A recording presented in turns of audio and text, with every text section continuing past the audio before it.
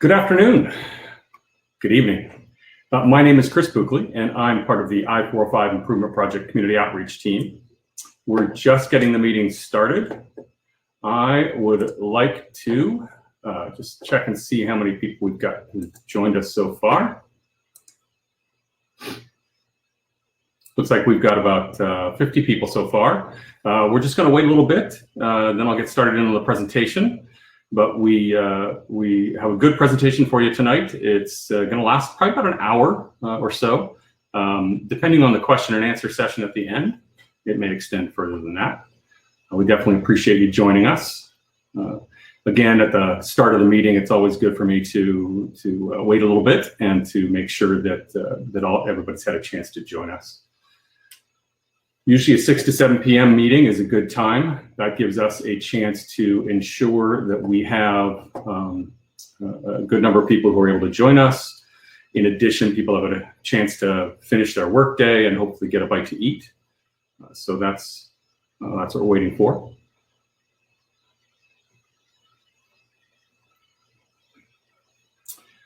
As I move through this, and I'll tell you a little bit more in a little bit here, but as I move through this presentation, you know, it's going to be a little bit of a back and forth, but what we're going to be doing is giving you a little bit of background on the project and then zeroing in on the relevant components to College Park East.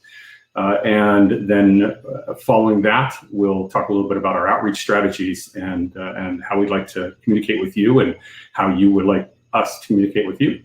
And then we'll launch into the question and answer session. The question and answer session, I'll keep answering questions until I stop getting them. There may be some questions that I don't have the answer to. And if that's the case, I've got a team that will, in the background, handling the logistics for the meeting, and they will capture those questions, and we will get back to you on some of those. So I'm gonna wait another couple of minutes. And one of the great things, as I'll mention later too in a little bit, is that we're recording the webinar. So it is going to be available. It's going to be something you can come back and look at if you missed a question, missed an answer, if you thought of something that or remembered something that was in the meeting but you wanted to check back on it, if you had some neighbors who missed it and you want to share it with them. So we'll be providing some information about that toward the end.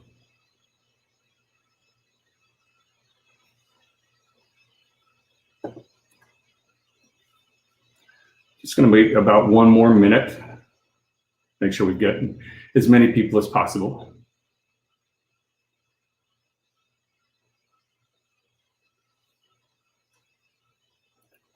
As we move through the meeting, there are going to be a few times rather, where we ask you to take a quick poll. We want to gauge some of the audience, you know, what your thoughts are about webinars, what your thoughts are about, you know, how easy it was to find this or difficult it was to find this, the link to the webinar. Just looking for some feedback. We'll also be following up the webinar in the next day or so with a survey. So we'll ask you to give us some guidance through a survey on a little bit more about the webinar, you know, the content of it, things like that. As you're asking questions, we'll be submitting those. I'll tell you about that more in a second too. We'll be submitting them through the chat box there, and the team. I'm going to hold off on questions until the end. It's a little bit easier that way. But ultimately, the team will pass forward the questions and get a. I'll see them. I'll repeat them to you, and then I will respond. Both the questions and the responses will be posted in the chat box. You'll be able to see what's going on there. All right, I think I'm about ready to get started. So again, my name is Chris Buckley, for those of you who've just joined us. Good evening. Thank you for joining us on a weekday evening for this meeting. What I would like to do is give you a bit of project background. I'll be providing an update on the project and giving you some details about upcoming activities along Almond Avenue and Seal Beach Boulevard. Usually we do these meetings, we hold these meetings on Saturday mornings with donuts and coffee. However, in response to current circumstances, we are conducting our neighborhood meetings online. First, a little housekeeping. As I mentioned, I'll begin in a few moments with the presentation, which will be followed by a Q&A session. Feel free to submit your questions at any time during the presentation. I'll start off the Q&A by answering those questions that were submitted during the presentation, and then I'll take any additional ones that come in. And we'll just keep answering questions, like I said, until we run out of them. Please use the chat box to submit the questions. Also, under the Files section, you'll see several PDFs. These include the project fact sheet, the bridge map and fast facts, our Express Lanes FAQ, and Express Lanes access map. In addition, we've included a PDF with details about the Almond Avenue walls that we'll be discussing during the presentation. And we've included a PDF of the presentation itself. So you've got all that at your disposal. I'll be talking more about all these resources later, but feel free to download them anytime during the presentation. Under the offers link, offers section, you'll find a link to sign up for project alerts. I'll talk a little bit more about this later as well. And as I mentioned earlier, we're going to be conducting a few instant polls. So please participate in those when you see them pop up. And last but not least, as I mentioned, we'll be sending out an electronic survey in the next day or two, and we really appreciate your feedback. I'd like to acknowledge my team members. I've got Nikki, Joey, and Asia. They're working behind the scenes to keep this webinar running smoothly. They'll be managing your questions and communicating with you through the chat box. And as I mentioned earlier as well, this meeting is being recorded and will be available from our project website within the next 24 hours or so. So if you missed something or you know someone who couldn't join us, just tell them to head over to octa.net/405 improvement tomorrow and check out the video. So now you'll see a couple of polls pop up. I'm going to give you a couple of minutes, 1 minute each to take these. These are very quick polls. We'd like to know, was the webinar easy to find? And how are you viewing the webinar? So just take a minute for the first one. Then we'll take that one down and put up the second one.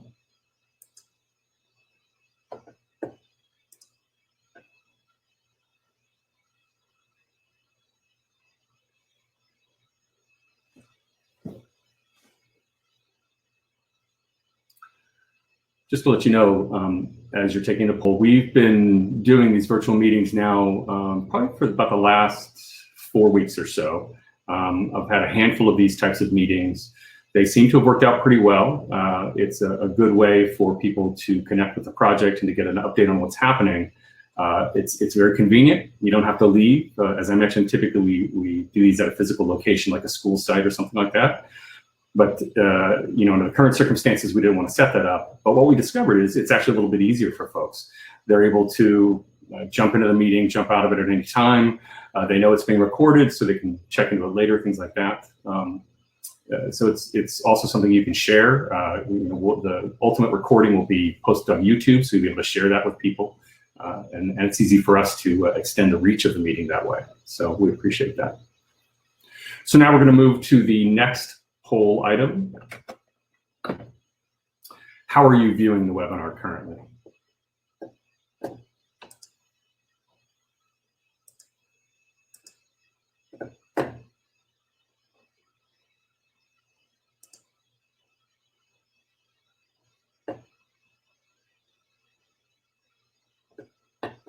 So take just a minute to fill that out.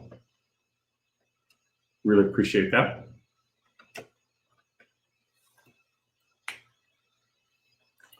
As you're filling that out, I'll just give you a little sketch of what we're going to go into in the next couple of minutes here. I'm going to give a project overview, give you a sense of the scope of the project, a little bit of a status on construction. We'll talk about activities happening at Seal Beach Boulevard. We'll talk about activities happening at Almond Avenue. So we'll take that route.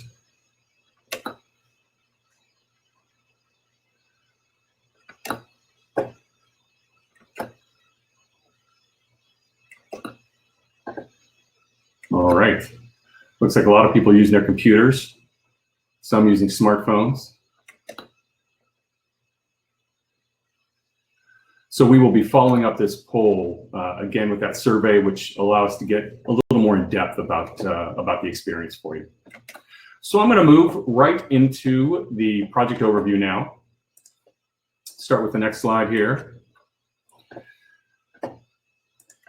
So on the left, you can see the project limits are from approximately SR 73 in Costa Mesa to the 605 in Seal Beach. It's a length of about 16 miles. On the right, you'll see that one regular lane will be added in each direction of the 405, and that's consistent with Measure M, as shown in yellow. An additional lane will be added in each direction that will combine with the existing carpool lane to provide dual express lanes from State Route 73 to the 605. That's shown in green.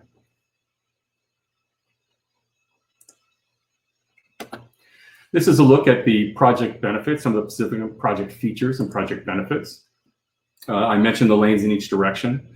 One of the things that we're doing that you may have seen if you've traveled to 405 is we are removing and replacing 18 bridges throughout the corridor. We're having to widen as well several bridges that are existing that go over streets like Harbor Boulevard and Beach Boulevard.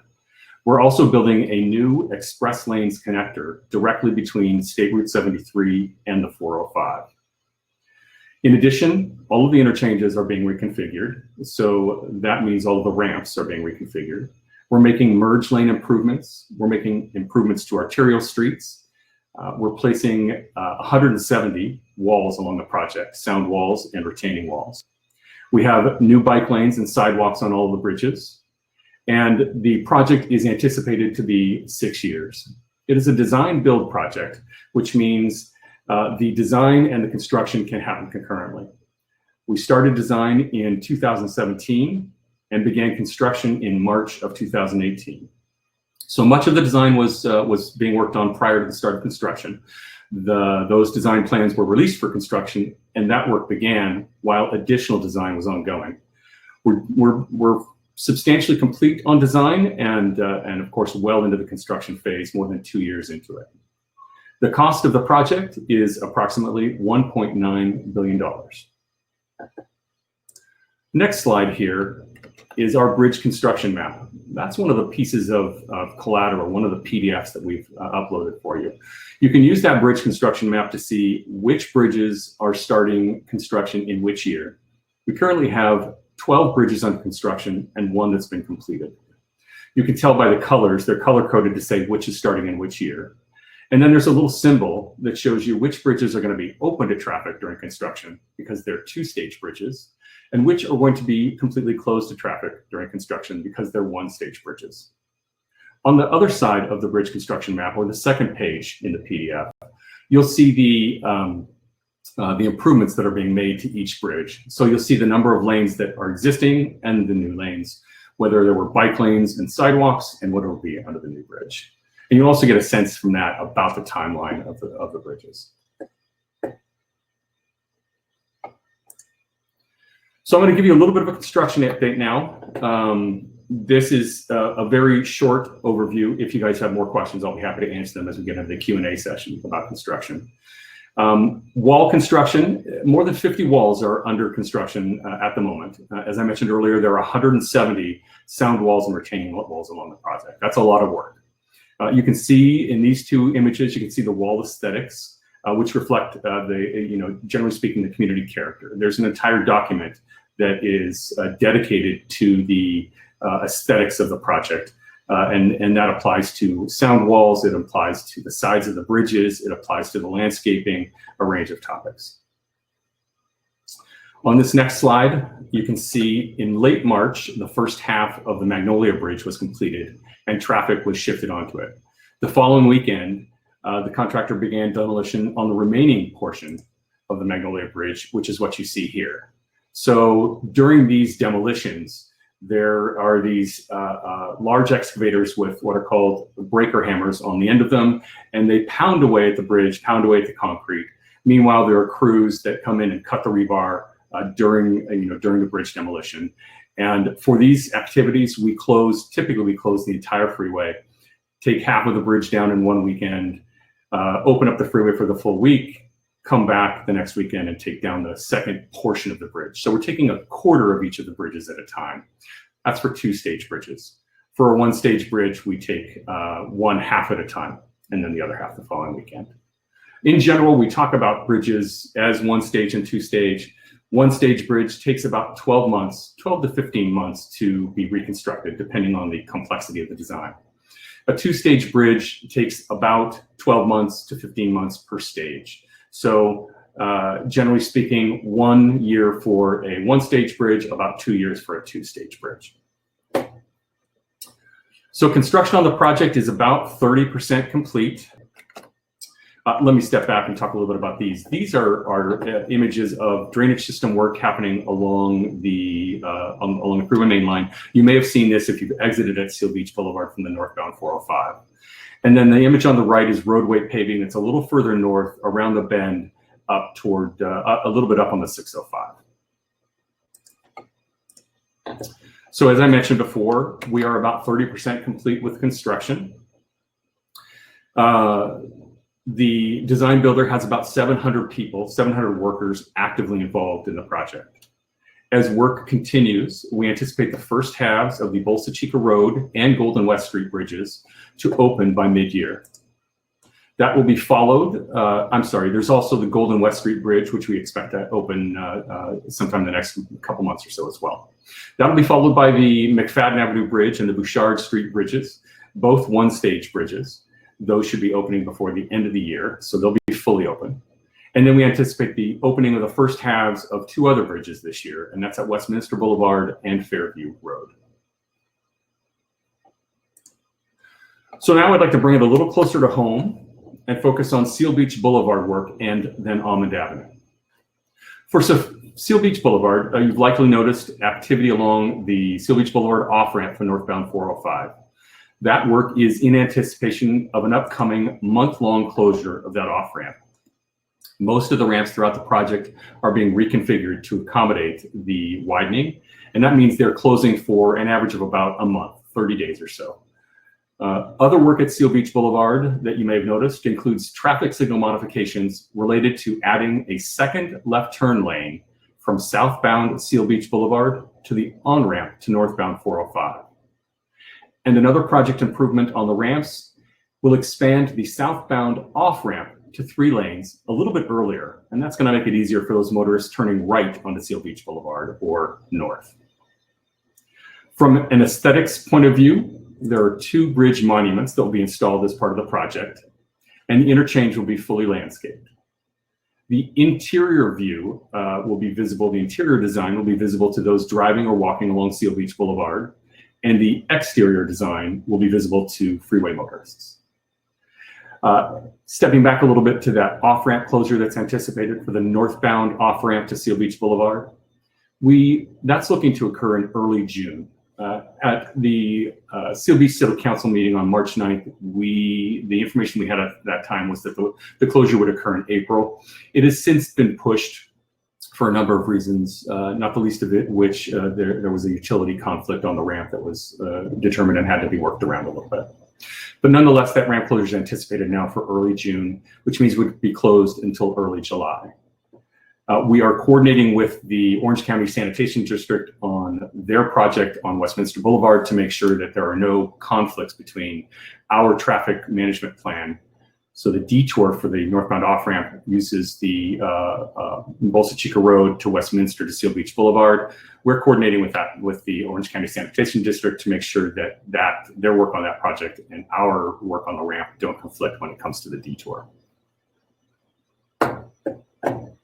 We will provide the community, again, with advance notice about that closure. We're trying to get advance notice as much as 2 weeks on these long-term ramp closures and these 30-day ramp closures.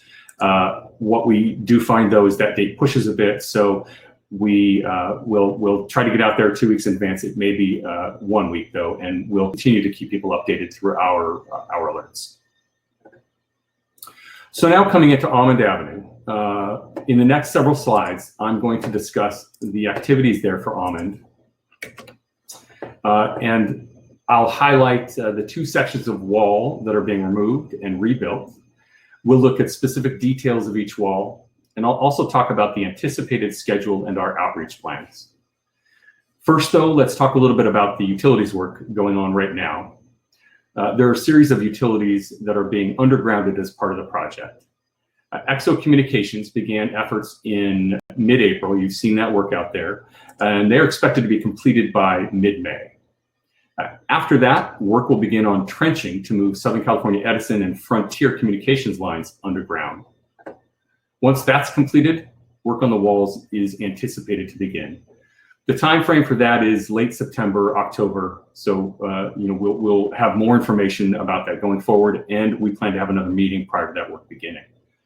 The wall work is going to take approximately 6 months, and that will be followed by curb and gutter work on Almond Avenue that is anticipated to take approximately 2 months. So that basically takes us into May of next year. So let's talk about the walls. This first slide gives you an overview of the wall locations. So as you can see, there is, of course, as you all know, a wall all the way along Almond Avenue that exists. And we show that in the top of this slide. In the bottom of the slide, you see an image where the location of the two walls are going to be. And if you've been in the neighborhood and you live there, I've driven there many times over the last few weeks, you can see we removed the vines, and the locations of the walls are actually marked on the existing walls, the locations of the demo area. But this is the location for the new sound walls on the bottom. You can see on the collateral that you've received, it gives you a sense of, it gives you actually specifics about the location of the walls and how long they are. It looks like we may have removed that from this slide, but we'll provide an update on that too. So now the first wall. We call this wall 1132. I can tell you a little bit more about the numbers if somebody has the question, but right now I just want to focus on the details. So this is between Almond Park and Dahlia Circle. As you can see from the diagram there, it gives you the existing street widths and the new street widths. As we're down toward the park, you can see it's the existing is 40. The existing street width is 40 feet throughout the entire street right now. The narrowest it's going to be is 36 feet. So in this case, you can see near Iris, it starts to get to its narrowest point of about 36 feet, and then 37 feet, 39 feet, and then it opens back up to 40. We'll talk more about that as we get through. Also, new sound wall is going to be the same height as the existing sound wall. Of course, the wires will be undergrounded. Now I'm going to move to wall 1114. This is Primrose to Almond Park, and as you can see, the narrowest point here is 37 feet, and that's close to Pansy right there. So again, the wall is going to be 18 feet. We're going from an existing width of 40 in all cases to a narrowest point of 37. And that street width is to ensure there's enough room for parking on both sides of the street. So onto the aesthetics. And sorry for my mouse clicking, pardon the noise there. Here you can see what the new wall is going to look like. So the existing wall is a concrete panel, and the new wall is going to be split face block wall, and there will be vines. Again, this material is in the handout we provided. We'll talk more about that during the Q&A with whatever questions you have to come up. So I want to talk a little bit about how we engage the community. We have a number of strategies. Many of you have probably been to previous meetings about the project. That's our preference, is that face-to-face neighborhood meeting, or meeting directly with businesses, meeting directly with schools, other key stakeholders.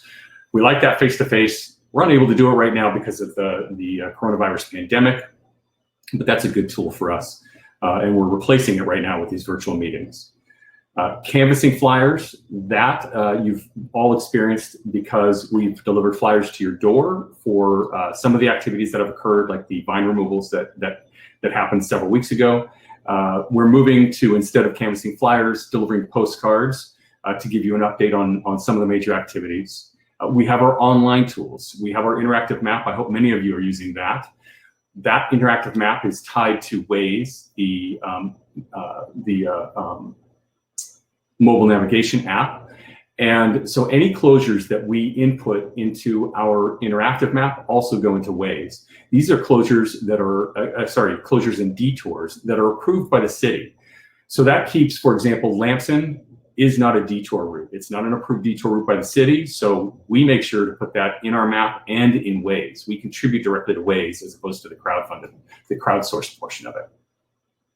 That's a huge benefit because it keeps most of the detour traffic off your street. In addition, we sign our detours so that people know which direction they're supposed to be going if they need to get off and deal with a full freeway closure north of Bolsa Chica. We'll take them off of Bolsa Chica, and they will take Bolsa Chica southbound and get on Westminster Boulevard from there and get back on the freeway. We also have our mobile app. We have our social media. We have our project website. The mobile app is terrific. You can see time-lapse videos on there of some of the activities going on throughout the project. It's a great resource for project information. It's our library, essentially, and it contains a number of details about the project. On the project website, we try to keep you up to date on construction. We give you details about the project as well, and that's where we encourage you to sign up for project alerts, general project alerts. So I want to talk a little bit more about the ways that we like to communicate on the project. We have our email address. Many of you have contacted us through 405project@octa.net, or perhaps you've called us on the project helpline, left your question, left your comment. We work diligently to get back to you within 24 to 48 hours. That's our dedicated response time. If we don't have a response for the question and answer for the question, though, we ask for a little more time. Typically, it's about a week to get information from the technical team. We average about 130 to 140 inquiries each month, and we're always pursuing those. And that's in addition to notifying the public about upcoming activities and keeping people apprised on the major closures in the project. But these days, we are relying more heavily on digital communications and tools like this virtual meeting. We rely on these to get the word out about major activities in the project, to provide status updates to the community. We're also looking for new ways to provide the community with project information that is relevant to them. To do that, we're developing things like custom databases that are centered around specific interchanges. Or in this case, we're preparing a custom database for the College Park East community. We encourage you to sign up by going to the offers link. You'll see under the offers link that there's a sign up form. Click on that. It'll take you to a constant contact web form and put your information directly in that. That won't prevent you from receiving project-wide alerts, but if we have something specific to College Park that we know only the College Park community cares about, that's the tool we'll be using to directly provide information to the community. That doesn't mean we'll stop providing postcards. It doesn't mean we'll stop doing social media that targets the community or try to get you information that's specific to you in other ways, whether it's through the city council or through the city, through city staff.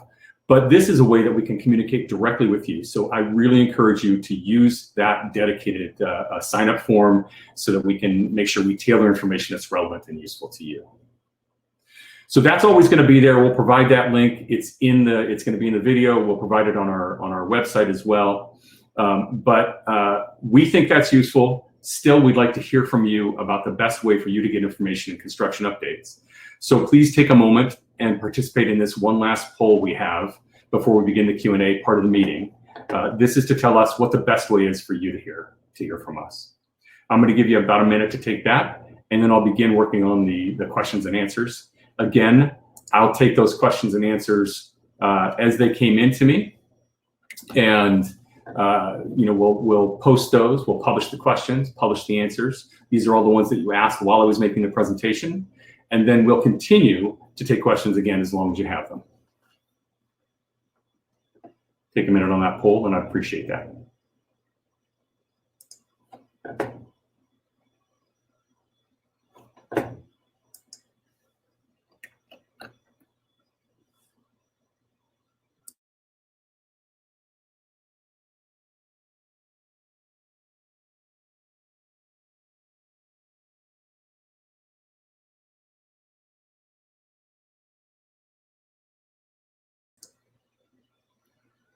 All right, while we're wrapping up that poll, I'm going to do a little bit of a screen share, and I'm going to move to the same collateral pieces that you have at your disposal on the computer that you can download.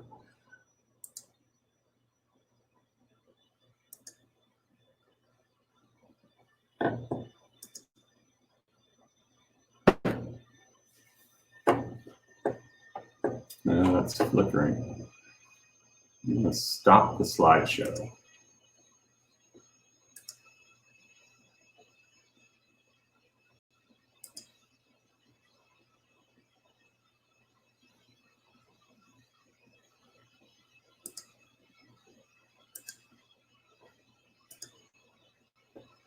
There we go.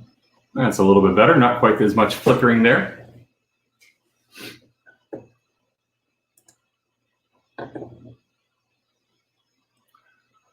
All right, we are going to wrap up that poll and begin our question and answer session. And I'm going to begin with as I mentioned, the questions that were asked during my presentation, and then we'll go from there. Just going to take a quick sip of water.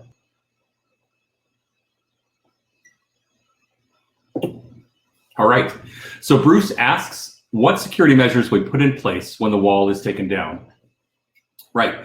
So before anything happens to the wall, before any demolition activity, you will see that K-rail will be installed. And actually, I believe that K-rail is going to be installed prior to the trenching work for that's coming up for undergrounding, for putting the Edison and Frontier lines underground. But as a safety precaution from the freeway, there will be K-rail installed. And then on that K-rail, they will install an 8-foot tall chain link fence, and they will put sound blankets on that fence. They don't have a schedule yet for when they will actually take down that wall, either of the walls. They're still working on that. But once they do take down a wall, they have approximately 30 days per their contract before they need to put up sound blankets. We will, of course, and they want to, the contractor wants to put up those sound blankets as soon as possible to try to protect the community to the greatest extent from the freeway noise. And these sound blankets are pretty effective. They're not a sound wall, of course, so it's not the same level of sound attenuation as a sound wall, but they will do a pretty good job.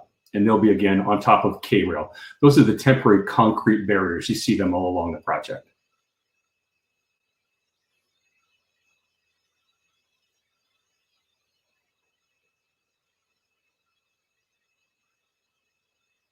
So I'm waiting for additional questions to be put up on the screen for me.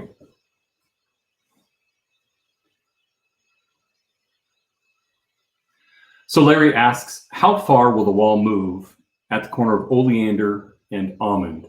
So I'm going to be looking at my other screen here, but I'm going to switch to that particular one and go to Oleander.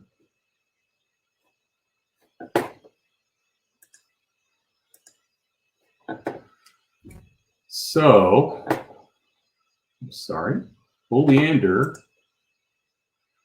the wall at Oleander, and so this is right by Almond Park. You all know that. So it's 40 feet there. So the wall will not be moving closer to the corner. So the wall is going to actually continue. The wall continues now behind the park, and this will simply connect to that. So there won't be any holes in the wall or anything like that. So the wall is 40 feet right here. It will continue to be a 40-foot street width right here.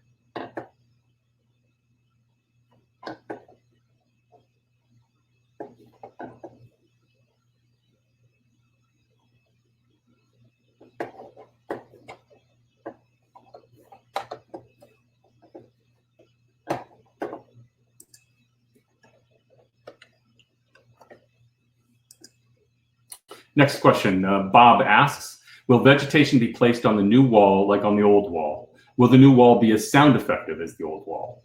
So I'm going to come back to the aesthetics here just a moment. Bear with me.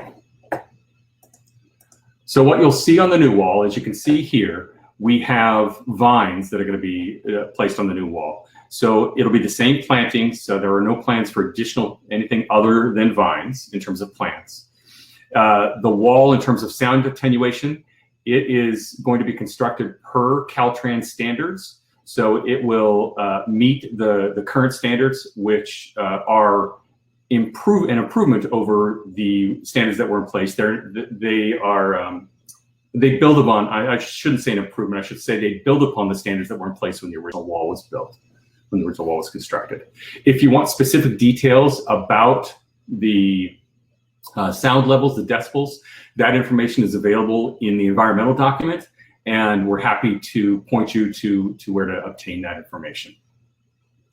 Next question. So Kyung, or Kim, says, I'm not sure how I found out about it, but it was very easy. I recently retired, so this is a great way to learn about the project affecting me. This makes me very happy. I love to do these webinars. It's a great way for me to connect with the community, to keep them updated and up to speed on what's happening.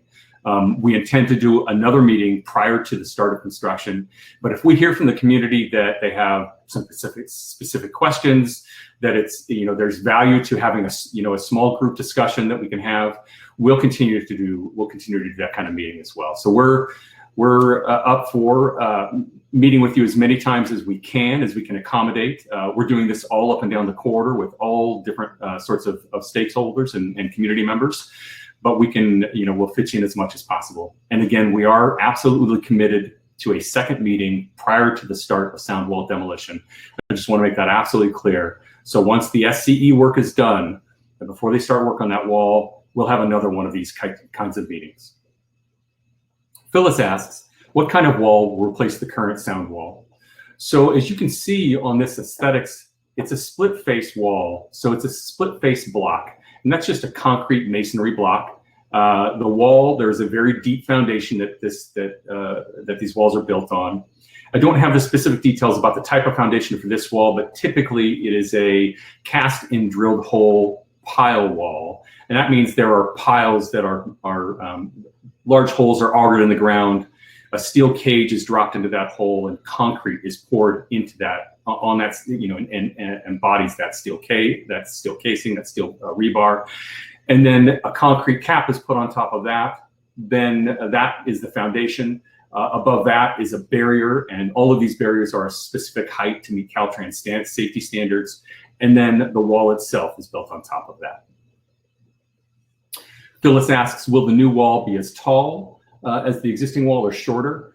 We wouldn't build a wall, we wouldn't put a wall in place that is shorter. I'm going to move up here a little bit and show you.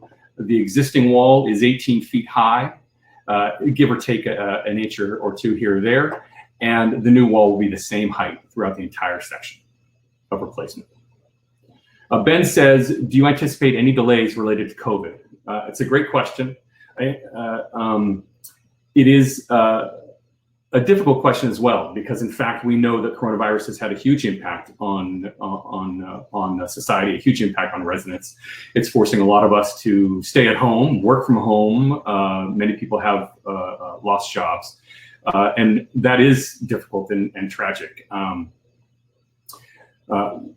of the things that we're finding on the project, though, is that traffic volume has decreased as a result of the coronavirus pandemic, as a result of COVID-19.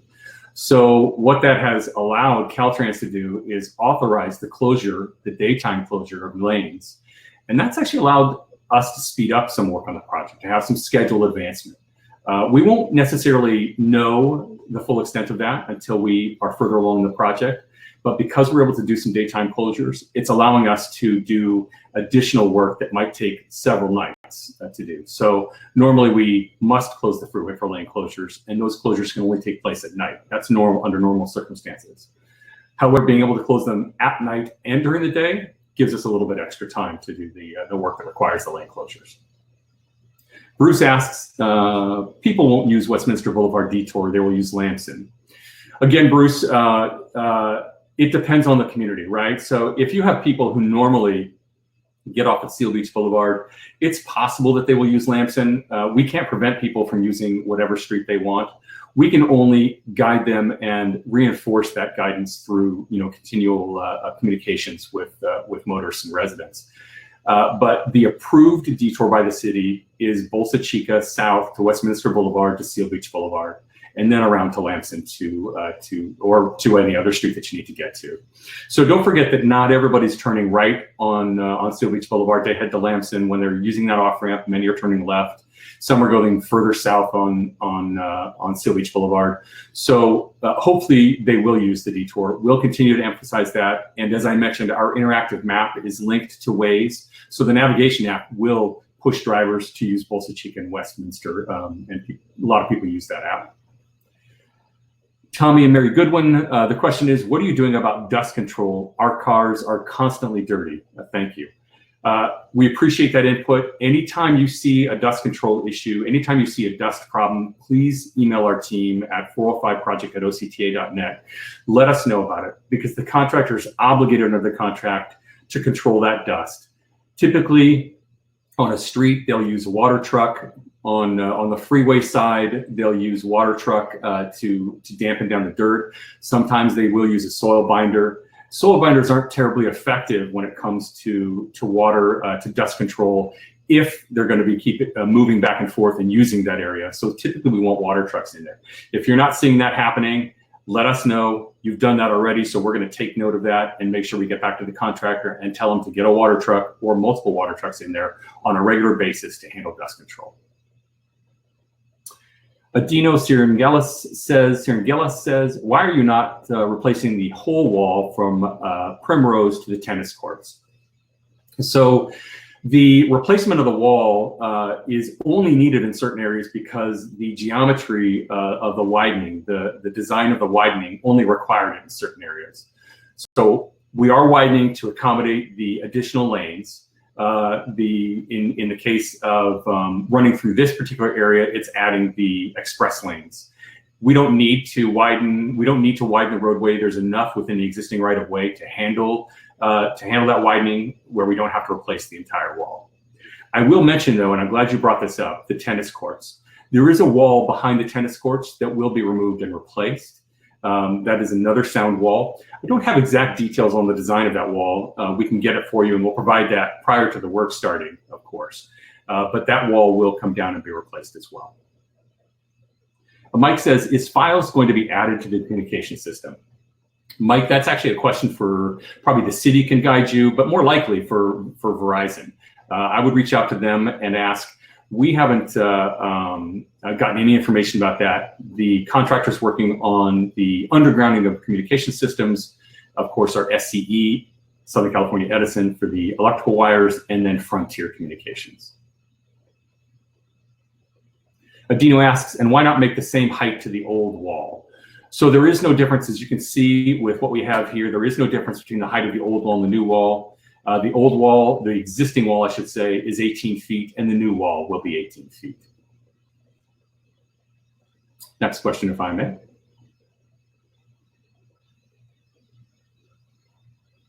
Brenda says she loves the mobile app. Brenda, I love you for loving the mobile app. Thank you very much. If you go to the Google Play Store or the Apple Store, you'll find our app. Just look for 405 Improvement, and you'll see it there. Download it. Use it. It's a great tool. It has a link directly to the interactive maps. You can find out what activity, what closures and detours are going on in your area. In addition, it has a, like I said, an archive of project information, and we have time-lapse videos from various webcams along the project. So it's kind of cool. Appreciate that. Lauren says, how are you planning to match the first wall that is not coming down?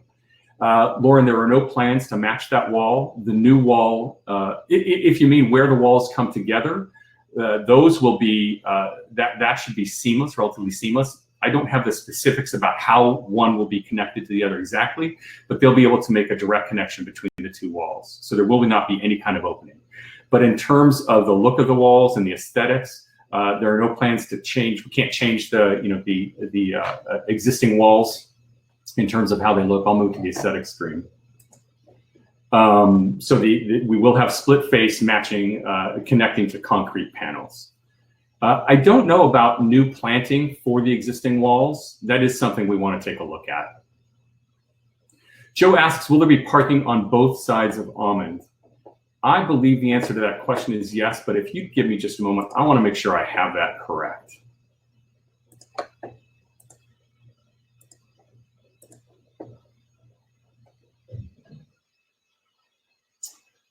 Give me just a moment.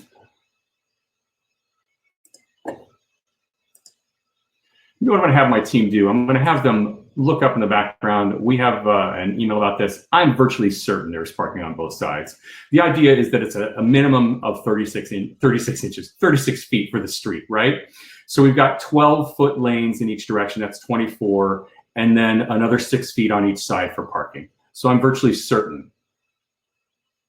John asks, will Frontier install FiOS? Actually, I don't know that question. Again, I would direct that to Frontier or to the communications provider. We don't have the answer to that question. We're simply providing the trenching and the conduit, the environment for the work to be done, but that'll be done by the contractors for those companies. Bruce says, how long will it take to replace the wall?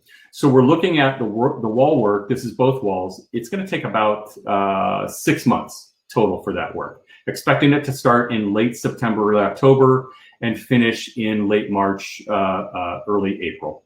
So about 6 months for that work. That's what's anticipated. If that changes, we will update the community. There have been situations elsewhere on the project where, for example, when they start to dig the foundation for the new wall, they end up hitting the water table. So that requires them to change their design approach a little bit and make some adjustments. If they have to adjust the design, that does add time to the wall work. Sean says, you mentioned the Seal Beach Tennis Center wall. What is happening with that? Also, will there be a wall from there towards Seal Beach Boulevard? Currently only a fence. So the wall behind the tennis center, the existing wall, I don't have the exact design for that, but yes, that is being taken down and replaced. Actually, it's not being taken down. It's being added because the existing wall circles the tennis center, if I'm not mistaken. So there is a sound wall that's going up behind the tennis center. That's the distinction there. That wall, however, will not be continued very far along the off ramp to Seal Beach Boulevard. So we'll need to get you and we'll be able to do that through our database for College Park East, but we need to get you the details on the design of that wall. Jeff asks, are you moving the wall closer to the homes in the west part of Almond? So let me go back to the map here. So we have north, of course, down here. And we did that because we thought it would be an easier view for you guys. So the west is going to be where the east would normally be. So, sorry, I'll go back here. And as you can see right about here, that's the furthest part where the wall goes. It stops at Dahlia Circle. So from there on, we're not making any changes to the wall beyond Dahlia Circle. So going any further beyond that is, any further west than that is no activity is going to happen, and it's still going to be a 40-foot wide street.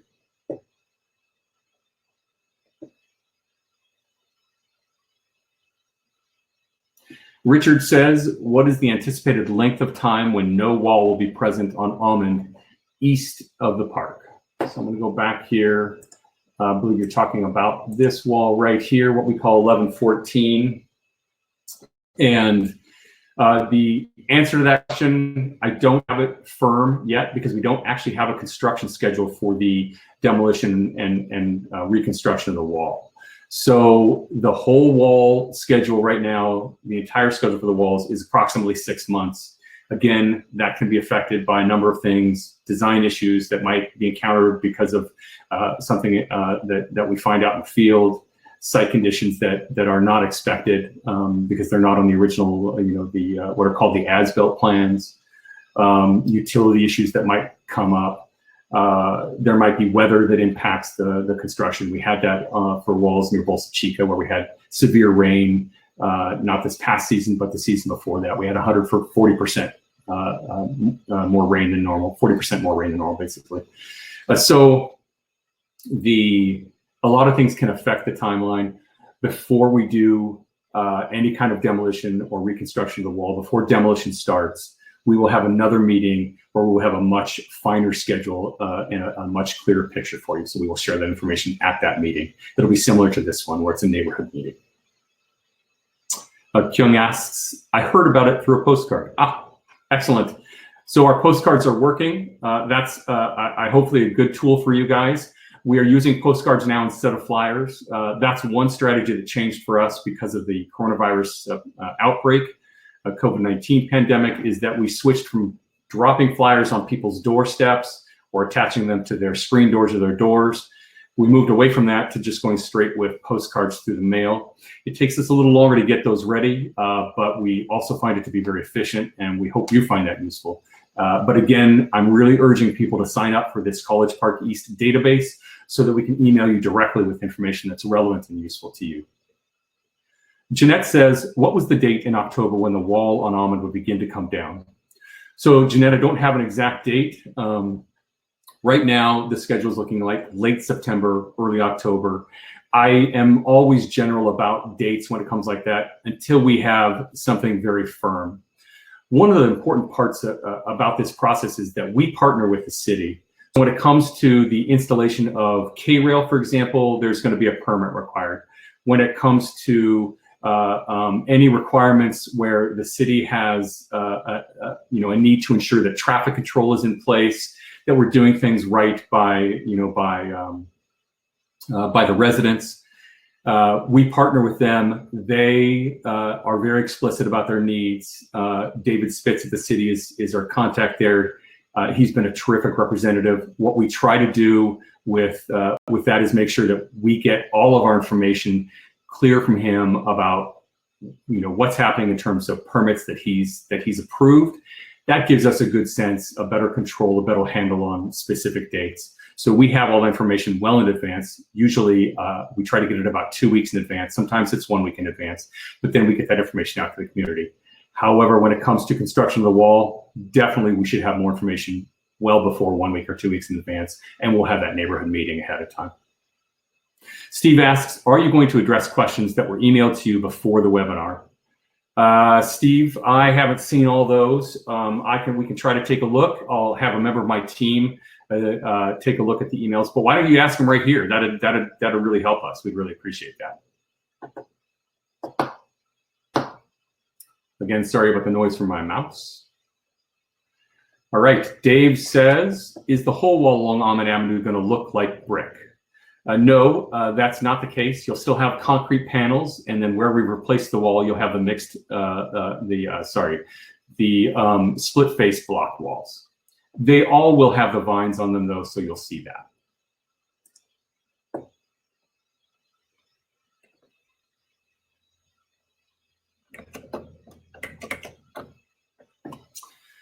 Mimi asks, will wall 1 and wall 2 be down at the same time, or will you complete construction of wall 1 before the beginning of wall 2? I don't have answers to that particular information right now. That's gonna, per the contractor, they haven't determined just yet what their process is gonna be, what the wall removal and construction sequence is gonna be. They're still working on that. We will provide the sequence for each of the walls in a future construction update. We'll provide it, of course. We will have a much better picture at the next meeting that we have prior to the start of construction. But really, we wanted to get out in front of the community before the trenching began, before the digging work began in the street by SCE. It's actually for SCE. The contractor, our contractor, is going to be digging those trenches in advance of the undergrounding work.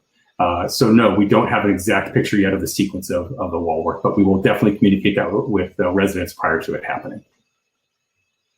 Susan says, will the length of the K-rail be longer than the length of the wall that is being replaced? If so, by how much?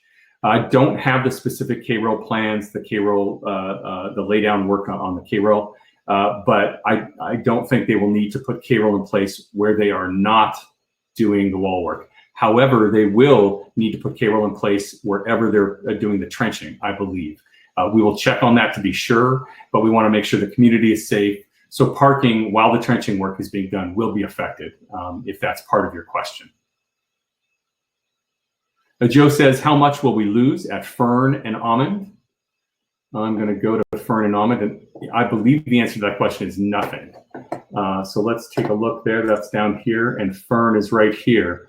So it's going to taper at Goldenrod. It's down to 39 feet from 40 in terms of the existing versus the new street width. At Fern Circle right here, we're looking at 40 feet still. So we don't anticipate any change there. Steve says, how long will we have to deal with the temporary sound wall? Until the new wall is up. Again, it's a 6 months, the anticipated schedule for the wall is 6 months. The contractor is not looking to to drag their feet to extend that out in any way, shape, or form. They want to be done with it as quickly as possible. I know the city absolutely is a proponent of getting the wall work done as quickly as possible. Right now, that's a 6-month period. I can't give you any finer detail than that since we don't have the sequence of activities. Gene says, can you explain what exactly SCE will be putting underground? Is it only near the wall or the entire community? So the electrical wires will be going underground all along Almond. And I don't have the specific location for that, but we have provided that information in the past. So we will make sure to email it to this group so you have all the details to give you a sense of the limits of work for the SCE undergrounding, but it is going to be all along Almond. We're not going to leave it up in the air on one end and take it down just in the middle. Steve says, and by the way, Steve, thank you for reiterating your questions. I apologize that we didn't have those from the beginning of the meeting. So thank you for this. How long between demolition of the existing wall and the completion of the new wall, the new 18-foot wall?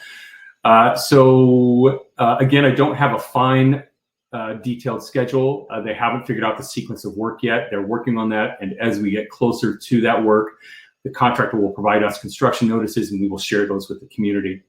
But they will, they typically will install the safety barrier first, right? They'll put the K-rail down, they'll put the safety fence on top of that. They will put in the sound blankets. Sometimes they don't put in the sound, they have 30 days to put up those sound blankets per the contract. We will strongly encourage them to put it in before they demolish the wall, but it depends on the resources they have and their ability to get somebody in place, the subcontractor, to do the demolition. So they may come sooner on that. But again, we'll push hard to make sure those sound blankets are up before the wall is demolished. And I know the city will be a strong proponent of that as well. So we'll be conveying that to the contractor.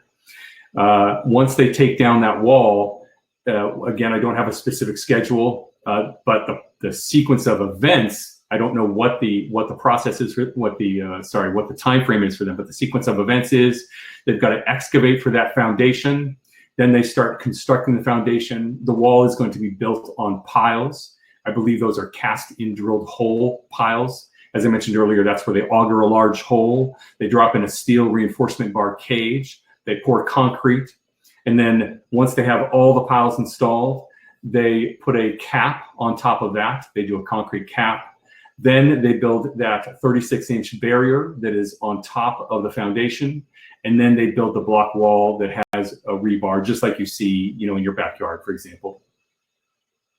That process will take at least 6 months for both walls. That's what we're being told now. Again, that's what's anticipated. There could be things that do delay it, but hopefully that's not the case. Joe says, how much noise will we endure during construction? What are the hours of work? Joe, that's a great question. I'm going to move to my notes for some of this. So the plan is, first of all, to the noise question. Work is allowed to occur on the project in general during the day and at night.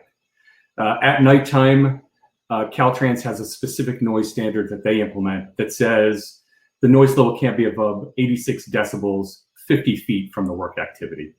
That said, 86 decibels is still pretty loud. So when you're trying to sleep at night, it can still be bothersome.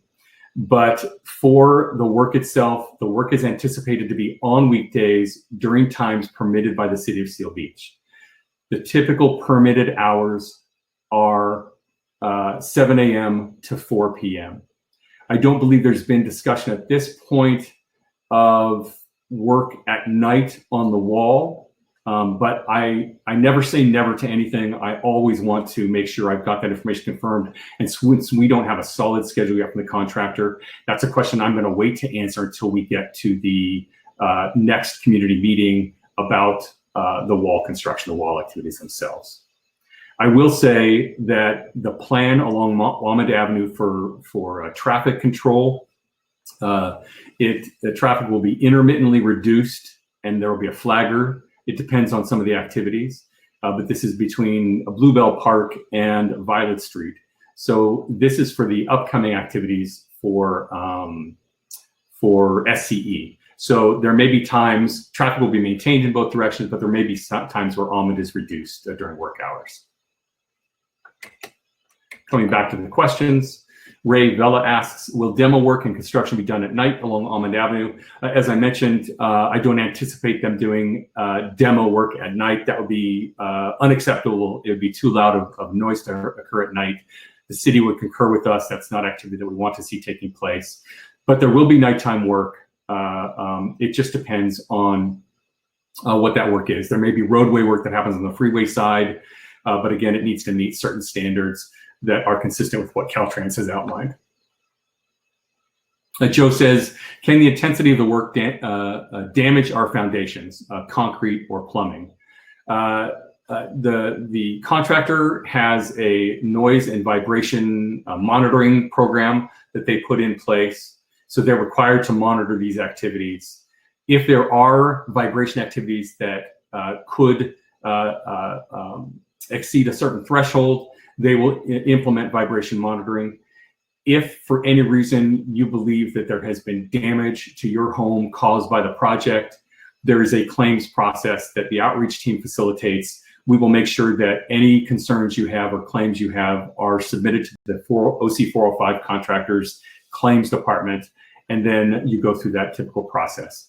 But if there is anticipated vibration that would exceed a certain level, they'll put vibration monitoring in place to make sure that it doesn't exceed that level. We can find out more specific information. The noise and vibration report is very detailed. So what I would recommend you do is email us directly with that question on your home. We need your address, and we can research that further to see if there are any concerns related to that. Hugh asks, what will be done to mitigate construction noise? Again, part of the process of prior to the construction of the new wall, prior to activities, the anticipation is that K-rail will be installed to set up the work area, right? To identify the work area. And then on that K-rail, installed on top of that K-rail will be an 8-foot chain link fence. And on the chain link fence, sound blankets will be installed. Those sound blankets that help to attenuate the noise. As I mentioned earlier, that's nowhere near a sound wall. So it will be noisier for the duration of the activity, but we'll try to move that through as quickly as possible and make sure that we want to get that wall built as quickly as possible. The contractor wants to be out there as quickly as possible, but the noise mitigation efforts are going to be the sound attenuation efforts are going to be a sound blanket on top of a chain link fence. So that typically adds up to about the K-rail is about 2.5 feet high, maybe 3 feet high, and the fence is about 8 feet. So we're looking at about anywhere from well, if they use an 8-foot high fence, they may use a 6-foot high fence.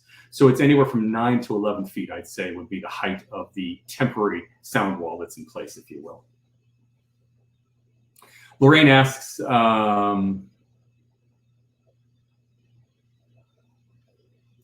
let's see, please describe what methods you'll use to ensure that the traffic, especially trucks, are not traveling on Lamson. Remember, City of Seal Beach law prohibits trucks more than 3 tons to travel on Lamson. Can you put signs up that instruct trucks especially to not travel on Lamson? So great question, great points you're making. Of course, the contractor has to follow the laws of the municipal laws.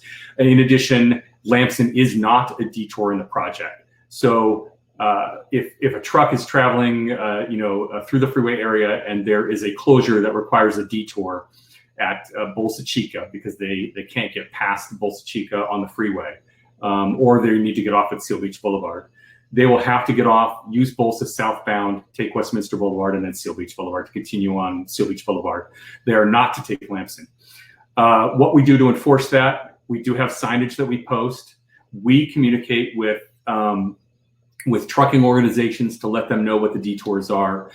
Our detour maps that we put out to the community, there are truck detour routes that are specific. They may be different than the typical route for a motorist. In this case, nobody's supposed to be using Lamson, but we do include truck detour routes that are part of the traffic management plan. Those traffic management plans are developed in coordination and collaboration with the cities, with our city partners. And the important thing is we have a team of people, part of the traffic management, the maintenance of traffic team, We have members of that team that are both working for OCTA and working with the contractor, and they coordinate on an almost daily basis on traffic throughout the project to ensure traffic keeps flowing and that it flows along the right streets when detours are implemented. Susan says, what will the parking on Almond be like during the construction? We anticipate that you'll only be able to park on, let's see, that'll be the north side of Almond during construction. Not in all locations. It depends on the work that's taking place. For the SCE work, where we're doing undergrounding throughout all of Almond, that is going to be a little bit more difficult. But again, that will include flaggers. I'll need to check into this, and we'll do that and then reply back to the community. It's possible that the work by SCE will, when they do the trenching, they'll come in, work during the daytime hours, and then once they're completed with the trenching, they will plate that work, and that will allow parking on both sides until we get to the wall work. And when the wall work is in place, where that work is going on, there won't be parking allowed because they'll have the K-rail in place to prevent people from getting on the freeway, accessing the freeway for safety reasons. So that will eliminate parking during the wall work. But I need to check on, and we'll get back to the group. I need to check on what's going to be implemented during the SCE trenching work. That may be a little bit easier on the community in terms of parking on both sides of the road. Carrie and Cheryl say, since there are no free carpool lanes anymore, how much money will the express lanes cost? So that's a great question. And to explain this a little further, we are implementing, and this is based on Caltrans planning, we are implementing the express lanes on the 405. These express lanes are going to be similar to those on the 91 freeway. So that means anybody can use the express lanes. If you're a solo driver, you will pay a toll to use the express lanes. If you're two or more in the vehicle, you will pay a toll during a portion of the day to use the express lanes during peak periods for the first 3.5 years. After 3.5 years, two in the car will need to pay a toll for the express lanes. 3 or more is currently free in the express lanes. So if you have 3 or more people in your vehicle, it will be free to use the express lanes. So the cost will range, depends on the time of day. Right now, the traffic and revenue study shows that the cost will be anywhere from 50 cents to $10, depending on the time of day. So it depends on where you're traveling. And of course, let me go to the access map. We have an access map that is right here. And this shows you that there will be different access points to get in and out. We'll have intermediate access points to get in and out of the express lanes. So if you're coming, say, from the 73, you have a direct connector, you're coming from South Orange County or coming from San Diego, you decide to take the 73, you will stay in, you will be able to connect directly into the express lanes, travel all the way north in them. You would get out right here to exit for Seal Beach. So you'd be getting out in the area of Westminster to exit to get to Seal Beach, exit at Seal Beach Boulevard further up here. The reason you're getting out here is because there will be no access point here for the 405. You only have access to and from State Route 2022 at this point. So you'd be getting out here. Dino asks, what is going to happen to the graffiti on the walls? So if there is existing graffiti on the walls on the freeway side, that is a maintenance issue that during the project, our contractor is required to handle. So any graffiti you see, email us, let us know, and we will report it to the contractor and become part of the maintenance list. That maintenance list, as you can imagine, is pretty long. We're making sure to pick up trash, debris, deal with overgrown plants, but that's the contractor's responsibility, and of course graffiti. There were also homeless encampments that often get reported. We manage that situation as well with the help of Caltrans and the CHP. Steve says, are you saying the new wall will be up in 6 months? Steve, what I'm saying is that we have been given an anticipated schedule of approximately 6 months from when we take the wall down, the walls, there are 2 sections of wall, to when they go back up. That's the time frame we have right now. That is anticipated to begin in late September, early October, and take approximately 6 months. After that, there's about 2 months worth of curb and gutter work to do. So overall, about 8 months worth of work. As we've seen with other activities on the job, there are things that can delay that work. For example, they may get out in the field, do their excavation work, and realize that the design that was planned, the original design plan, and that design, by the way, is based on a geotechnical exploration and based on the existing design of the current wall. But they may get out in the field and find something that changes the design of the foundation for the wall. That requires them to go back and do a design change. That can delay, a couple of weeks, a month, something like that. I'm not saying that's the case. I'm saying that's something that we always try to anticipate. In addition, weather delays. We're coming up, this work will take place over the course of the winter of 2020, 2021. As we know from 2 winters back, we had 40% more rain than normal. It was pretty crazy. I don't know what the predictions are, and of course they're just predictions for weather, but that could impact the schedule on the wall. So right now we say 6 months, from about late September, early October to about late March, early April, with another couple of months of roadway work after that. That's the anticipated schedule.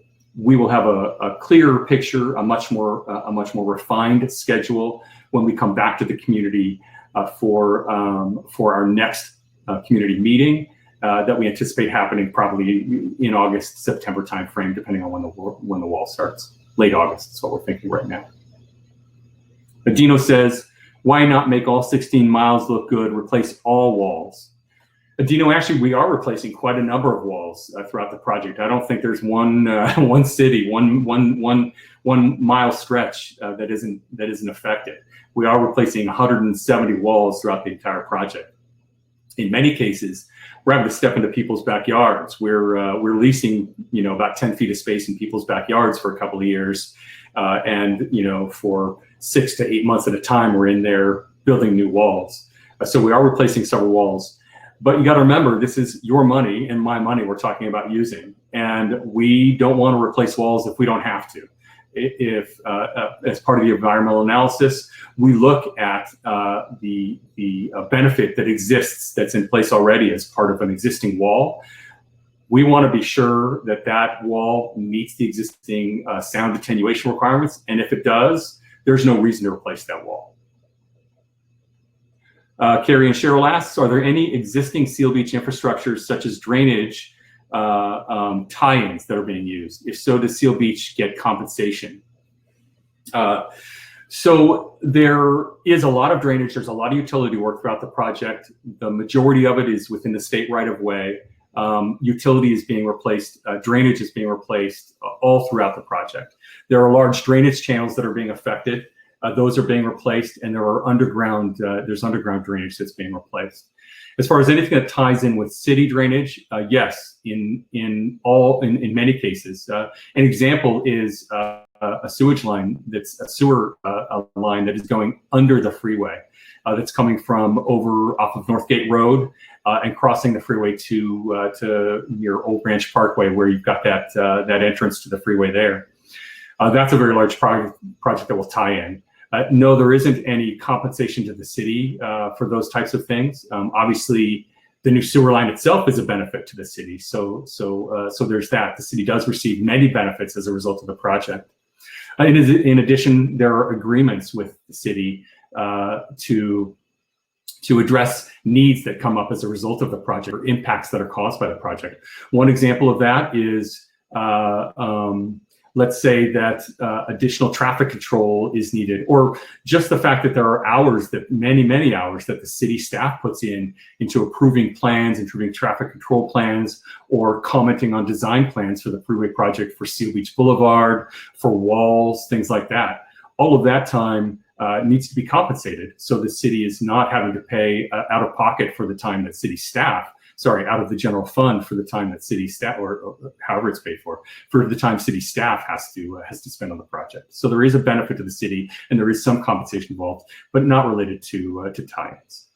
As Steve says, will construction work on the freeway continue 24 hours a day while the sound wall is down? So in general, in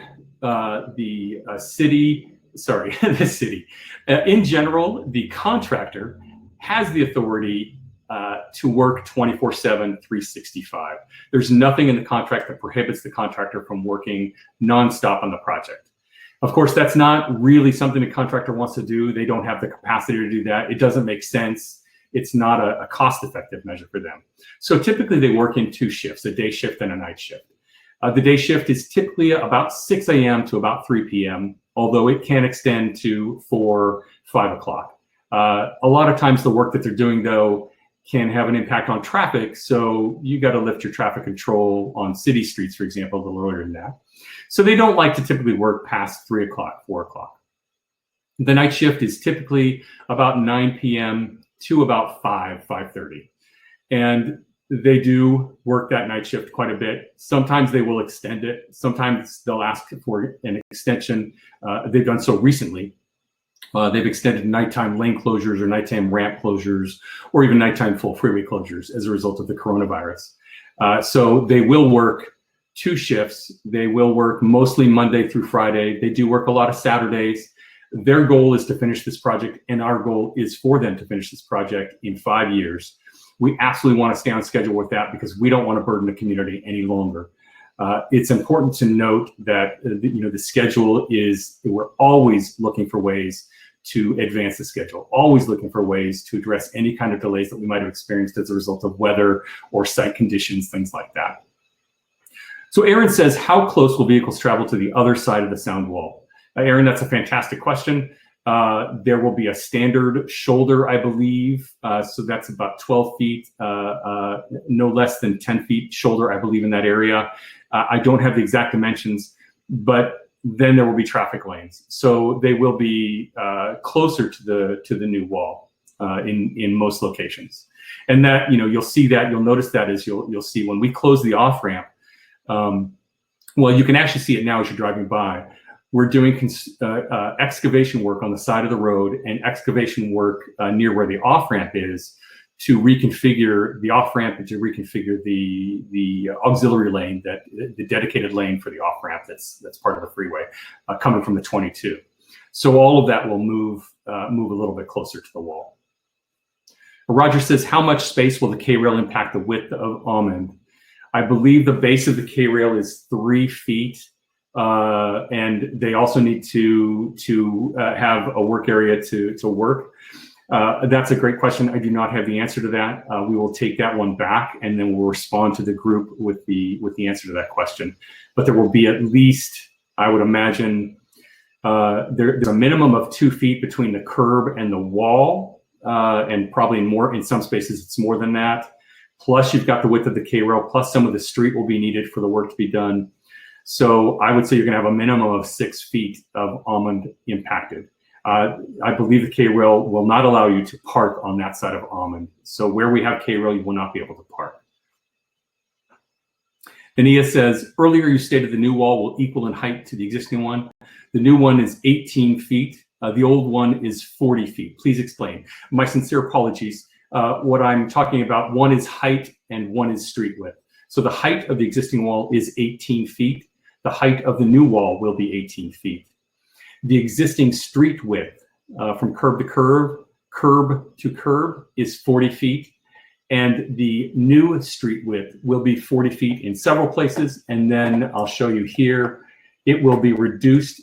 And you can see right along this stretch here, this is between Almond Avenue and Dahlia Circle. It goes from 40 and tapers down to 36 around Iris, 37, 39, and moves back up to 40 as we get past Fern and all the way to Dahlia. And then here, pardon me, on the other side of the park, it goes from 40, so the existing remains, tapers down to 37, and then comes back to 40 over on Primrose, tapers back up to 40. I hope that was helpful. Marilyn says, when will the 2 express lanes actually be added to the 405? So the express lanes will open in 2023, and our goal is to get those open as quickly as possible in 2023. So that's when you'll see those opening and those implemented. And similar to the 91, there will be gantries over the top of the lanes, and you'll use a transponder, just like you do today, to take either the toll road or to use the toll lanes. Bob says, why was so much of the 1132 wall taken down when only 3 streets have the wall moved less than 40 feet? So I do want to say that what you're looking at here is our simulation, our rendition of the design plans. The 36, 37, 39, we have to tie into what's going on here. But the actual design plans, and we're happy to share those with you, will show you that there is work that's going on very specific here that they need to do, and the geometrics of it require them to take down the whole portion of the wall. But we can provide you more information about that. I'm sorry that our drawings are not quite as detailed, of course, as the plan views that you would get normally, but we can share that with you, and we'll share that with anybody who's interested. So Bob says, will the 405 north of 605 have additional lanes? If not, will the traffic bottleneck? So the answer to your question is, first of all, the 405 goes into both the 405 north and the 605 north. So going northbound, you will have the same number of receiving lanes as you do lanes coming off the 405. So the 605 will have the same number of receiving lanes needed to accommodate the new lanes, as will the 405 going north in LA County. So there will not be a bottleneck.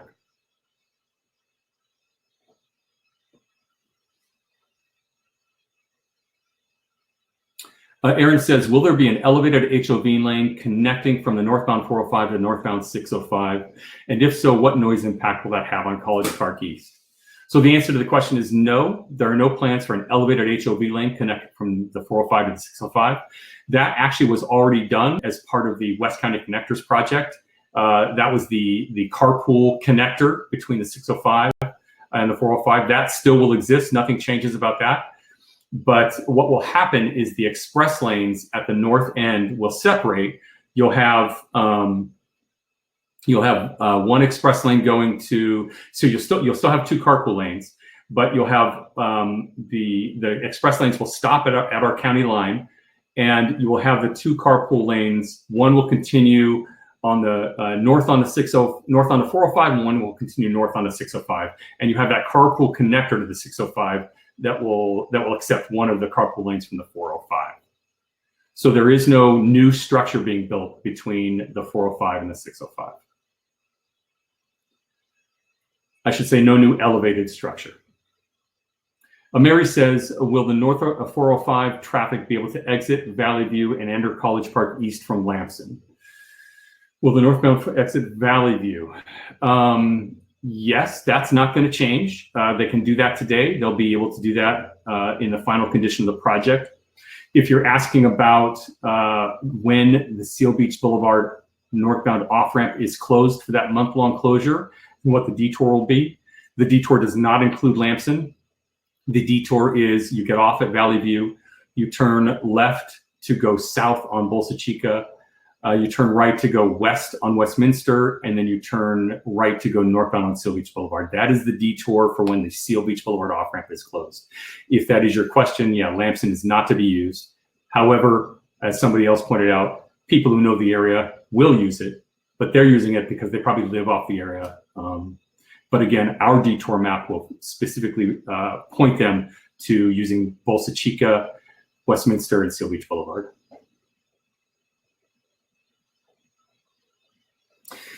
Dino says, in Seal Beach, you're not. I believe, Dino, you're talking about the walls. You're cherry picking it. It's my money. Make Seal Beach look great. Replace the whole wall. And I earlier talked about the importance of being good stewards of taxpayer money. Again, we went through the entire environmental process. There was a lengthy environmental period where there was discussion and analysis of the walls, and these are sound mitigation. These are sound mitigation efforts. These are sound walls. If the wall works, and if the freeway realignment and widening does not require the wall to be replaced, it's simply not going to be replaced. All of this was determined during the environmental period. Unfortunately, that was the time to get involved and to request things like replacing all the walls. So I apologize, Dino. I do realize it's something you would like. Unfortunately, it's not something that we can accommodate. But thank you for that question. Lauren asks, are there any expected power outages with the replacement of the power lines? That is a fantastic question. I'm going to take a look at my notes real quick to see if we addressed that. I do not anticipate that that's the plan. I don't see any specific details. Lauren, that's a great question. If there are going to be any outages, it's important to note that while we're digging the trenches, there won't be. When the lines are being moved, undergrounded, that's new wire that's going in place. So there will be a tie-in when they have to tie in the new to the existing. At that point, there may be some sort of outage. That information will come to you directly from SCE, though we're going to be we're going to be closely involved with that. So we hear about it, we're going to support their outreach in getting information about that. But I don't anticipate there would be significant outages, significant duration of issues. It's usually just when we have to tie in new utility network with an existing utility network. But we will be sure to notify the community we will be sure to support SCE notifying the community about that. Roger says, why not match the finish, the split face block wall of the new sound wall with the smooth finish of the current sound wall? So that's an aesthetics question that I don't have a response for, Roger. We could take that question back. We'll ask the technical team about the decision. But my bet is that it's related to the fact that those concrete panels aren't the standard any longer. So we're dealing with Caltrans standards. We're dealing with this is all in the freeway right of way, all within the Caltrans right of way. And as the owner and operator of the freeway system, they're really going to be the determiners about what the wall is going to what standard it needs to meet. And so I don't believe that concrete panels are the current standard. Jeanette asks, we all are concerned on the cul-de-sacs about the security of intrusions during the 30-day period until the fence actually goes up. Anything you can share to make us feel better? So I will say, Jeanette, it's a great question. It's something that the outreach team is concerned about too. It's something that we drive the corridors on a regular basis. We look for any time where we see interruptions in the fence, in fence lines, or anytime we see interruptions in sound walls. We were notified today where there was a situation where we had a temporary sound wall in place, and between that and the wall, there were some concerns about that. It was addressed immediately by the contractor. The contractors also, they've got inspectors that are in place to look at these things. Anytime we see an issue, we will address it. If you're concerned about homeless and the homeless coming through there, we're always looking to see that. I do know that behind the tennis courts in the past, there may have been some issues with homeless. I actually toured the project. I went there over the weekend, walked the entire wall, took a look at everything along Almond Avenue as well, and noticed some spots that I think need some extra care and precaution. I've provided that information to the contractor to let them know, hey, we need to secure these areas. So we will constantly be doing that. We do appreciate, of course, any support from the community.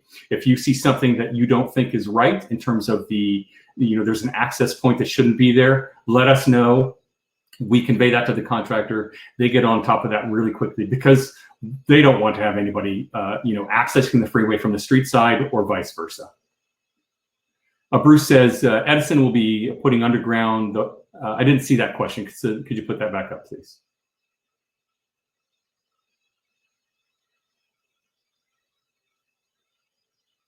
By the way, thank you everyone for your patience.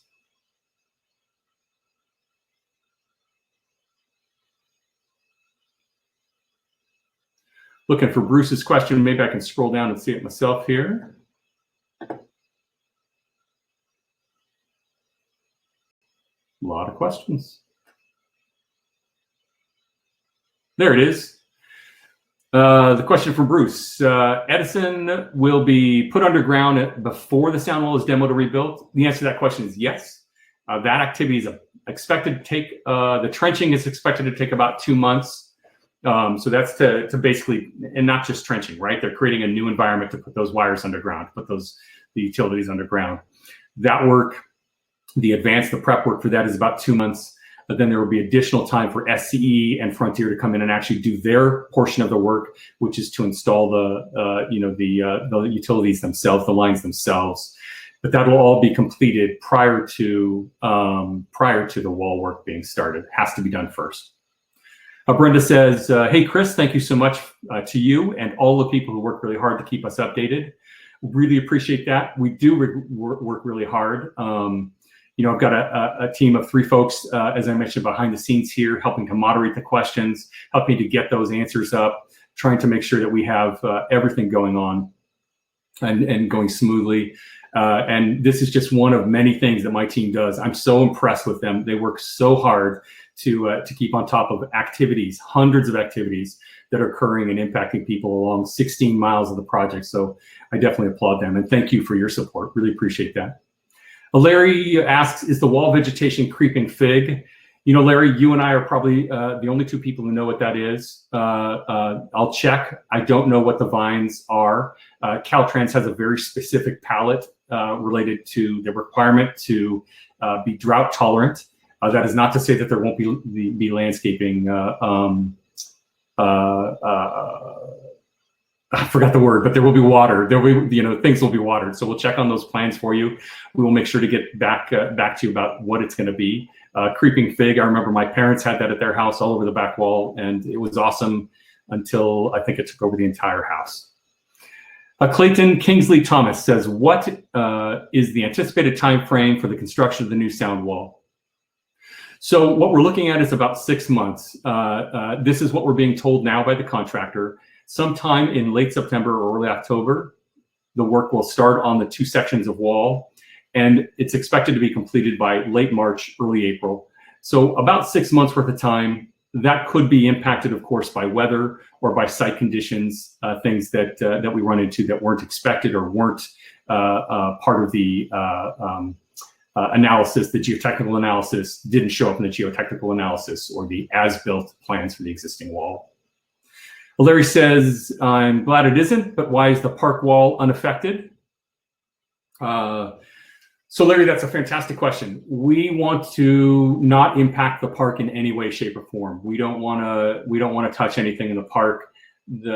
We just try to keep it limited, so we don't need to. It doesn't need to be moved. There was a lot of effort put into the design of the widening in that area, along the entire Almond Avenue area, to minimize the impacts to the greatest extent possible. And thanks to the city for partnering with us on that to make sure that everything went well.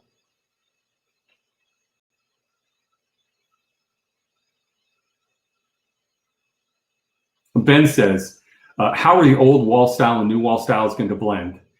So really, Ben, it is going to be, and let me go to the aesthetics again, the aesthetics piece here. You've got this in your handout as well. So we've got the existing wall, and as you can see here, it's concrete panels, right? And then we've got the wall down here, it's the split face block, right? Concrete masonry unit, they call it, CMU. So there is no blend. There is the concrete panel, and next to it will be the split face block. The 2 will be one right next to each other. There will be a seam there, I presume. We'll have to take a look and see exactly how the 2 come together. But I've seen old and new walls put together, and you can't tell really. It can be a natural seam in the wall, look like a natural seam in the wall. In this case, it'll be a little bit more obvious because we have the 2 different styles.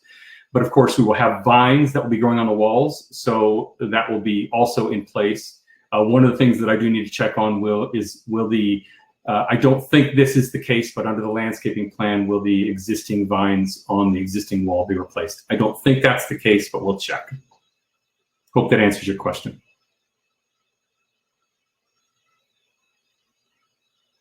Dave asks, will the entire wall be taken down so it is all the same design? The answer to that question is no. There will be the 2 different wall aesthetics. One will be the existing concrete panel, and the other will be the split face block. We are only replacing the wall where we need to replace it as part of the design. Dave says, with the amount of money being spent, wouldn't it make Almond look a lot nicer for our houses? I definitely understand that. It is taxpayer money. It's your money. It's my money. We need to be good stewards of that. It is a $1.9 billion project. You do make a good point. It's a lot, but we want to keep costs controlled. And there are a lot of other elements. We want to minimize the cost of this project and the cost of taxpayers as much as possible. So we're only replacing the walls where needed based on the environmental report, based on the environmental analysis, and based on the design of the project. Clayton Kingsley Thomas, thank you so much for reaching out to the community and providing useful information and resources. Absolutely happy to. Again, we will be back with you. We will be communicating. I hope all of you have signed up for the College Park East specific database. If you haven't, please go under the offers section. That's where you'll see a link to the sign up, and we will add you specifically to the College Park East database to get you information that's useful and relevant to you. Meanwhile, we'll be back in front of you for another community meeting in late summer. This is before demolition occurs on the wall and reconstruction of that. Again, we'll have a more finer detail about that and go from there. Really appreciate your thankfulness, and we're just thankful that you guys are willing to join us, on a Tuesday night for this. Mark says, will the walk demo take place during the day or at night? I think you mean the sound wall demo, the wall demo, yes.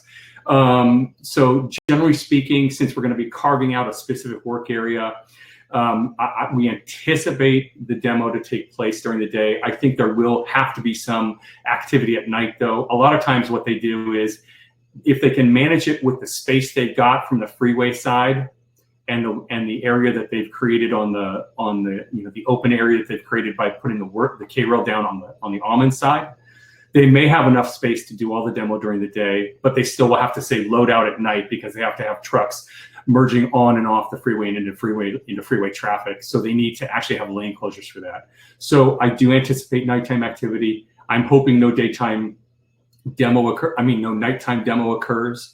But again, we won't know that until we get closer to the wall work, and we'll have that information for you in our late summer meeting.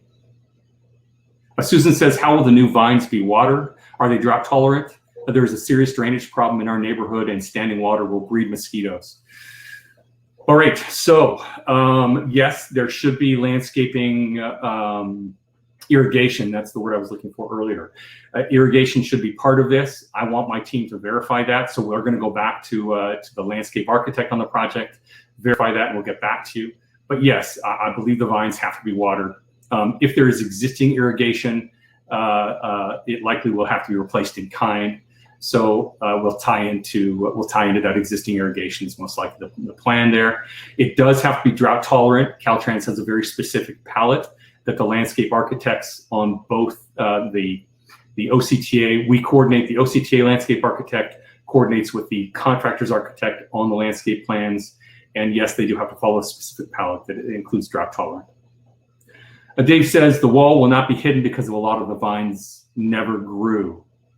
Okay, well, definitely we will take a look at, well, here's the thing, with new vines, with any new planting, there's an element of the project known as plant establishment. And once the new vines are planted, the contractor can request that the plant establishment period for those vines begin.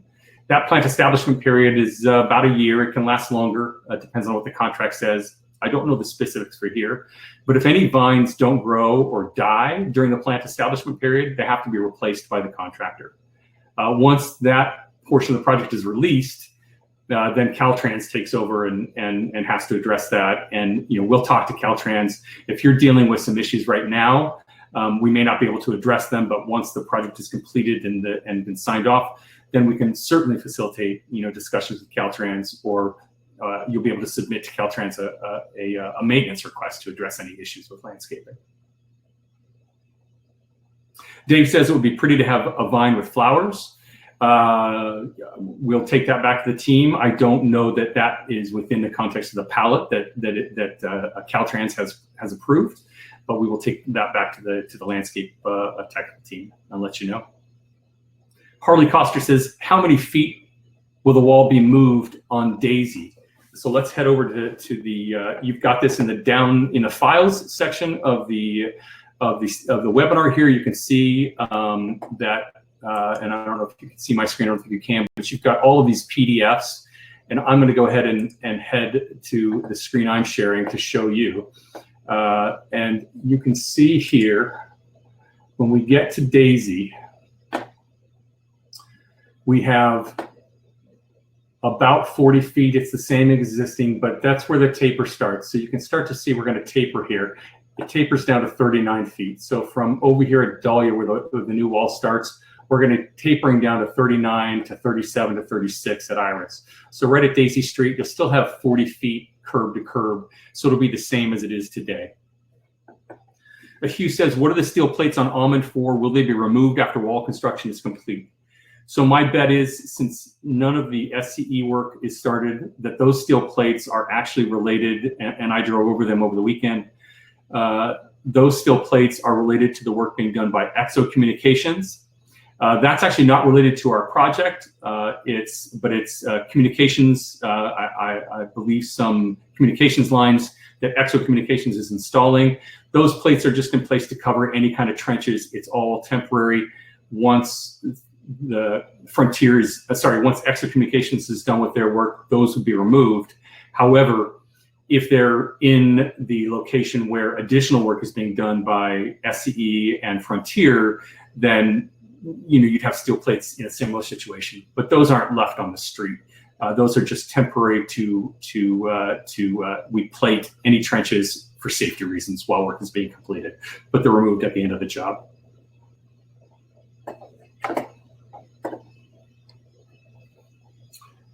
Any more questions?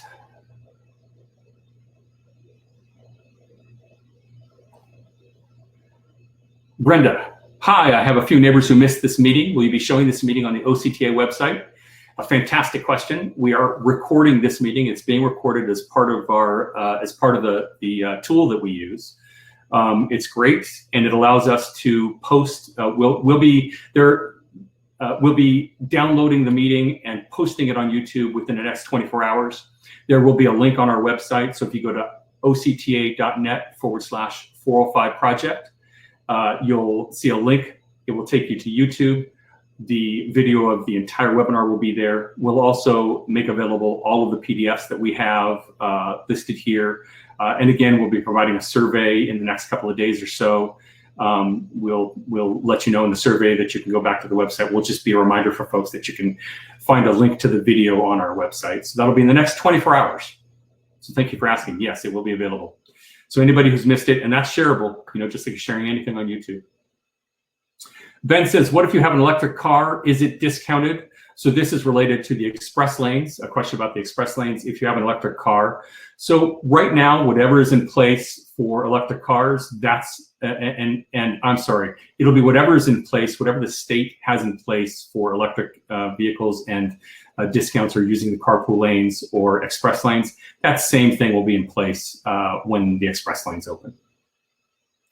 Hugh says, what are the steel plates on Almond for? We've already answered that question. So that was an error, pardon us. Joe says, has there been an increase in property crimes in areas that have already experienced demolition of their walls? So we have a regular meeting with emergency responders throughout the corridor. They attend, we have a general meeting that we have on every 6 months or so. We also, and we meet with CHP and we meet with the city police departments. They participate in our regular meetings with each of the cities. We meet on either a weekly or a bi-weekly basis with each of the cities, and emergency responders attend those meetings. We have not heard any notification, had any notification at all of any property crimes increasing as a result of sound walls being down. But again, we will do our best to make sure we're keeping an eye on the situation. If you see something, as I mentioned earlier, that doesn't look right to you, if you see a gap that you think needs to be closed up between, a temporary the K rail, the fence, and then and the existing wall, let us know. Meanwhile, we'll be looking for the same thing, and as will the safety team for OCTA and OC405. The contractor, and we'll address it as quickly as possible. Hugh says, Chris, appreciate the effort from you and your team to keep us updated. When will the next update be before the demo starts? Yes, so we anticipate having our next committee meeting. Don't take that question off the screen, please. We anticipate our next meeting to happen sometime in late summer. We're looking at August right now. The schedule for the wall construction looks like late September, early October. So we want to have our next community meeting before that happens. And that will be in, that's anticipated to happen late summer. The other notice you put on there also, is this webinar service offered to other communities along the affected freeway section? The answer is yes. We've actually held, 2-3 other community meetings like this, maybe 2 other community meetings, I think. One for Seal Beach residents in Leisure World, with activities happening off of Northgate Road. So we held a meeting then. We also did one for the traffic shift and the demolition of the second phase, the second half of the Magnolia Bridge. That was in March. We plan to do several more of these meetings. We're finding this to be a really effective tool to communicate with the public. It's great. It allows everybody to see the questions. Typically we do, as I mentioned at the start of this, neighborhood meetings out in the community. We do them on a Saturday morning. We bring some coffee and donuts. We get anywhere from 50 to 150 people at those meetings. Maybe 25 is the fewest we've had. And those are great meetings, but we're not recording them. We're not, sometimes it's difficult for people to hear the questions. We don't have, this way to memorialize it, like I said. We don't have a way to show, an easy and effective way to show people the collateral material for it. People can't just stay at home and see it on their computer. They've got to get in their car or take a walk and come to a physical location. So we've actually found this to be a really beneficial tool. We think we're going to keep using it to provide updates to the community up and down the corridor. And it doesn't replace face-to-face. So we may come back to that at some point. Obviously, during the coronavirus, we have to be cautious. We've got the stay-at-home order. Many of you, I'm sure, are keeping up with the news and how there may be a second round of coronavirus. Who knows what happens? So we'll adjust our strategies to deal with that. But also, we've discovered, hey, this is a really cool tool. We're going to keep using it to the best of our ability. Thanks for that question. Roger says, asking about the split face of the wall. Why can't the finish of the new wall be smooth as the current one using the new code requirements?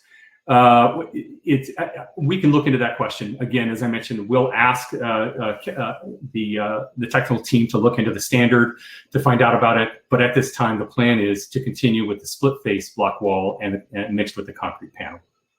But again, we'll take that question back and we'll try to get a response for you as soon as possible. Any additional questions? Bruce says, thank you for the presentation, very informative. Thank you, Bruce. And again, thank you for your patience and us having to ask you to resubmit those questions during the webinar, so thank you. Dave, thank you. This is a very informative meeting tonight. You're all very welcome. Appreciate you all taking the time.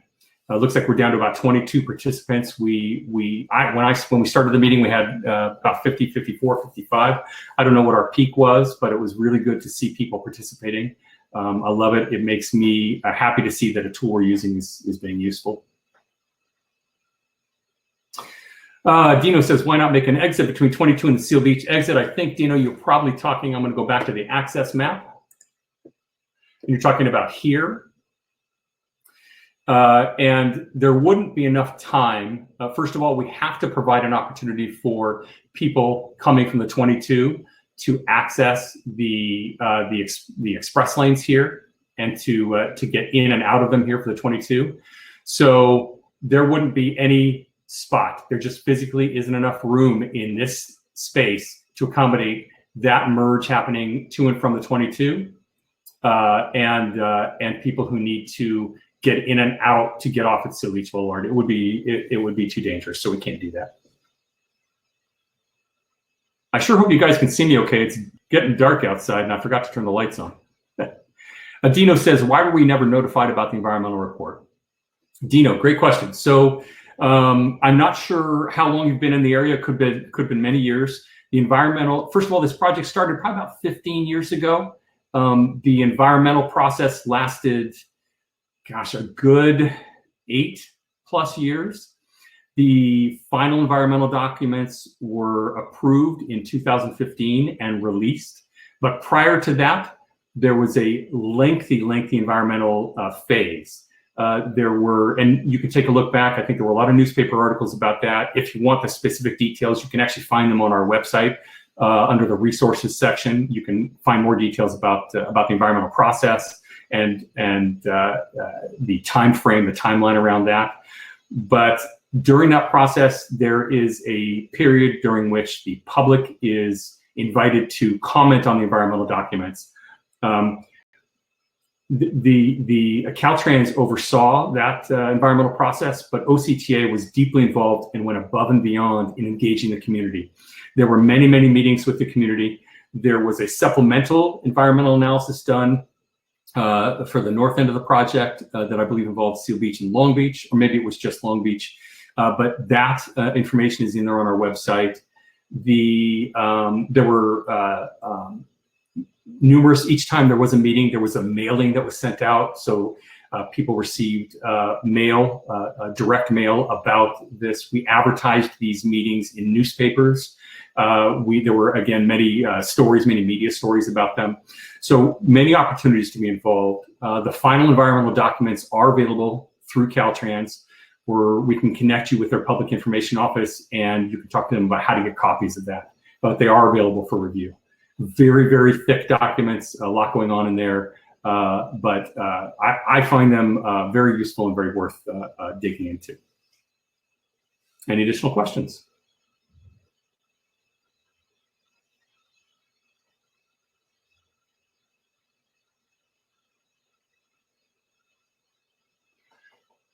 As it says there on the screen, thank you again for joining us. Please take a look at the polls. I don't know if we're gonna run through them one more time. That would be great. If we want to pop those up there again, if you're still available to take them.